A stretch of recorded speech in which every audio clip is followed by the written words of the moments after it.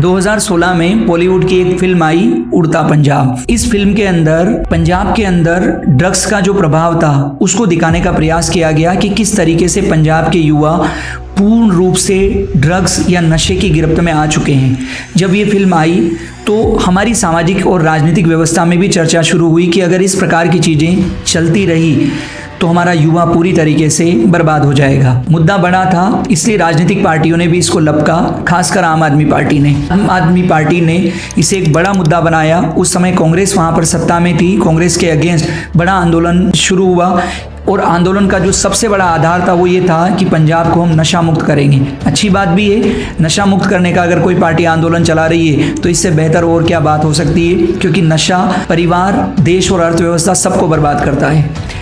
अब हम इस मुद्दे को आज क्यों डिस्कस कर रहे हैं, इसके पीछे कारण है पंजाब के मुख्यमंत्री भगवंत मान के ऊपर यह आरोप लगे कि वो विधानसभा के अंदर शराब पीकर आए हैं। कितना गंभीर आरोप है। एक राज्य का मुख्यमंत्री विधानसभा के अंदर अगर शराब पीकर आए और आरोप अगर विधानसभा में विपक्ष का नेता लगाए तो समस्या बहुत गंभीर है। विधानसभा में विपक्ष के नेता ने कहा कि मुख्यमंत्री जिस प्रकार से विधानसभा में बोल रहे हैं, जैसे उनके हाव भाव है, इससे निश्चित रूप से लग रहा है कि उन्होंने नशा किया हुआ है। उन्होंने स्पीकर को कहा कि आप विधानसभा के दरवाजे बंद करवा दीजिए और सभी विधायकों का अल्कोहल टेस्ट किया जाए कि कितने लोगों ने शराब पी रखी है। ये मुख्य रूप से भगवंत मान के लिए था। हालांकि ये टेस्ट नहीं हो पाया। कहते हैं कि उन्होंने नकार दिया कि वो इस प्रकार का कोई टेस्ट नहीं कराएंगे। अगर वो दोषी नहीं थे तो टेस्ट करवा लेते, दूध का दूध और पानी का पानी हो जाता। वैसे भी भगवंत मान के ऊपर इस प्रकार के आरोप कई बार लग चुके हैं। उनके ऊपर जब वो संसद के सदस्य थे तब आरोप लगते थे कि वो पार्लियामेंट के अंदर पीकर आ गए। उनके ऊपर उनके कलीग्स कैबिनेट की मीटिंग के आरोप लगाते हैं कि मीटिंग के अंदर भी वो पीकर आ जाते हैं। ब्यूरोक्रेट आरोप लगाते हैं कि 8 PM नो CM वाली स्थिति हो जाती है कि पी के ही रहते हैं। एक बार उनके ऊपर ये भी आरोप लगे कि जब वो यूरोप की यात्रा पे थे तब उन्होंने इतना पी लिया कि उनकी फ्लाइट 7-8 घंटे डिले करनी पड़ी।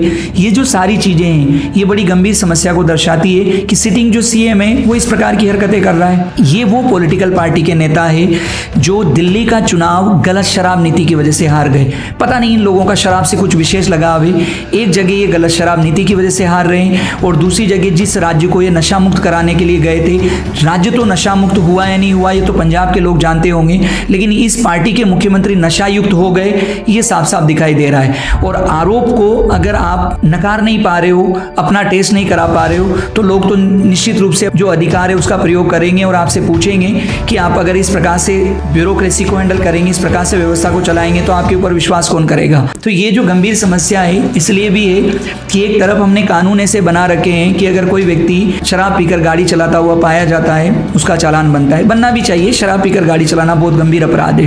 कोई व्यक्ति अगर गलत तरीके से शराब बेचता है तो उसके विरुद्ध गंभीर धाराओं में मुकदमा दर्ज होता है। लेकिन एक राज्य का मुख्यमंत्री सदन के अंदर शराब पीकर आ रहा है तो कुछ तो होना ही चाहिए ना।